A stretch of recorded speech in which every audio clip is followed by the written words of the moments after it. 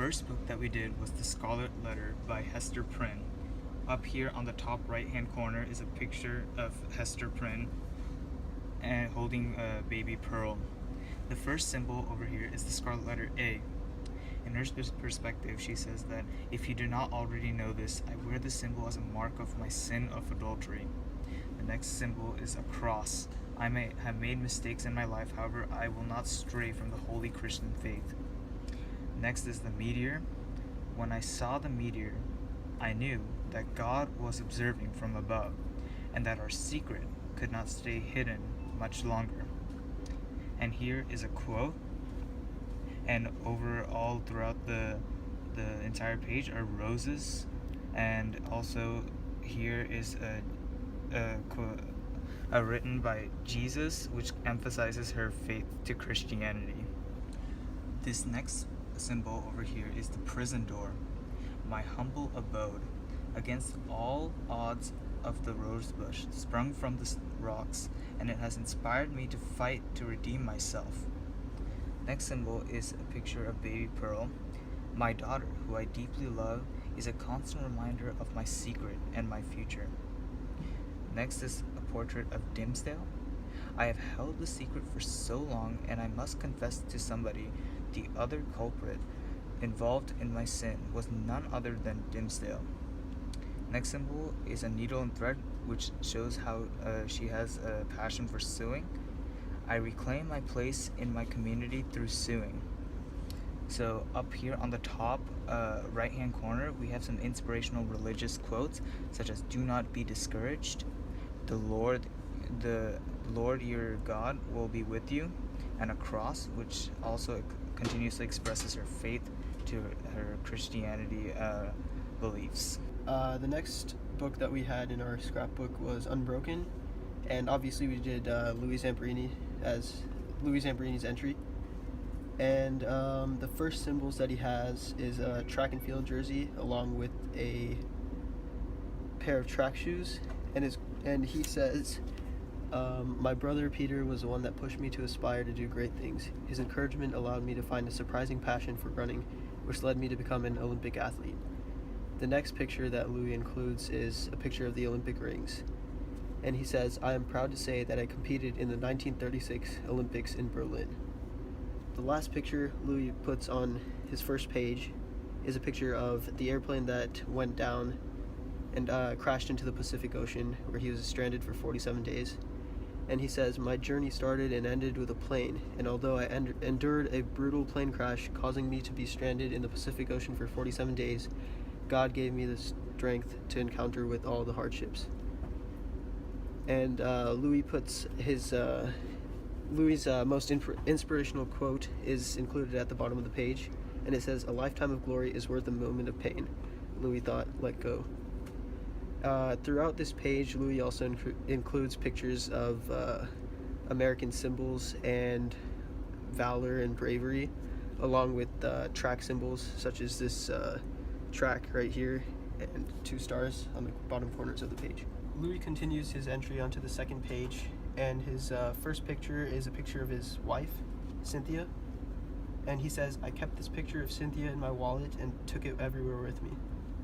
The second picture is a picture of Corporal Mushiro Watanabe, and Louis says, "Although he beat me countless times and was the root cause of my PTSD, my latest encounter with Mushiro Watanabe taught me one of life's most valuable lessons, which is forgiveness." Louis continues his entry when he includes a picture of a shark fin, and he expands on the shark fin when he says, "After days adrift on the raft, the constant torture of the sharks cemented in me the idea that nature is brutal and only the fittest can survive." Throughout this second page, Louis continues to include pictures of track and also American symbols such as the American flag and a World War II hero picture, and also a trophy in the top left. The next book that we did was The Great Gatsby, from the perspective of Jay Gatsby. And what the self-portrait we have on the left is a display, an example of his affluence. To start with, our first picture that we included was a picture of Daisy, who was Gatsby's main source of conflict. his entry writes, Daisy, the love of my life. If you ever read this, think of what we could have been if you had come with me. Our second picture is his infamous yellow roadster, and he writes, my yellow car is the newest model, a roadster. Friends are our breeze when your money speaks for you. Our third picture is the green light that Gatsby spots across the bay at night. Every night, I stare at this green light, wondering if Daisy still loves me. Across the page, we included some pictures of wealth, such as a bow tie and shoes, which is the same kind of wealth that Gatsby covers himself in to hide himself, to protect himself from his true feelings. In the next picture, Gatsby includes a picture of his house, where he writes, after weeks and weeks of unsuccessful parties, Daisy finally attended one. It took numerous lavish parties to bring her here, and I do not intend to let her leave easily or without feelings for me. The next picture is of a pile of money, where Gatsby writes, if a swine like Thomas can attract Daisy with his wealth, my endless riches should leave her speechless. The final picture is a picture of the narrator, Nick, where Gatsby says, here's a picture of my dear friend Nick.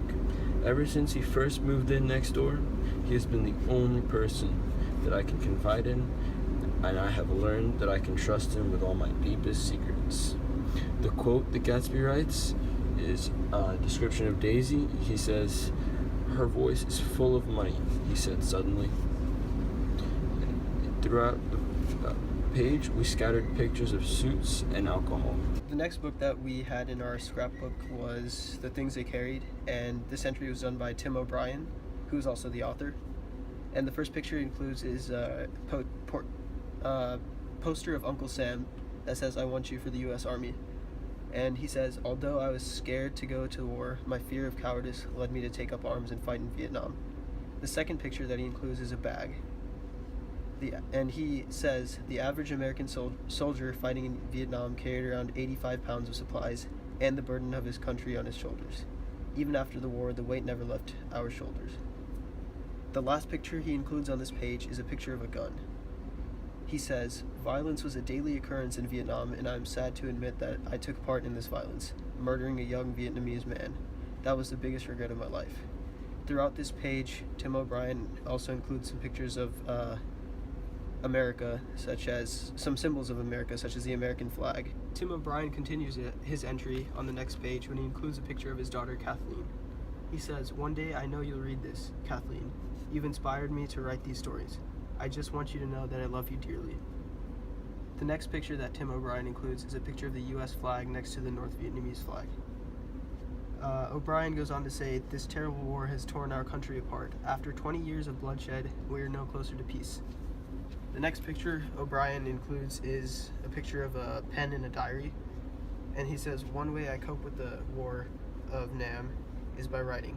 My short war stories allow me to cope with the stress. O'Brien on the bottom of the page includes a quote. I feel guilty sometimes, 43 years old and I'm still writing war stories. But the thing about remembering is that you don't forget. You take your materials where you find it, which is your life, at the intersection of past and present. O'Brien includes on this second page more symbols of America.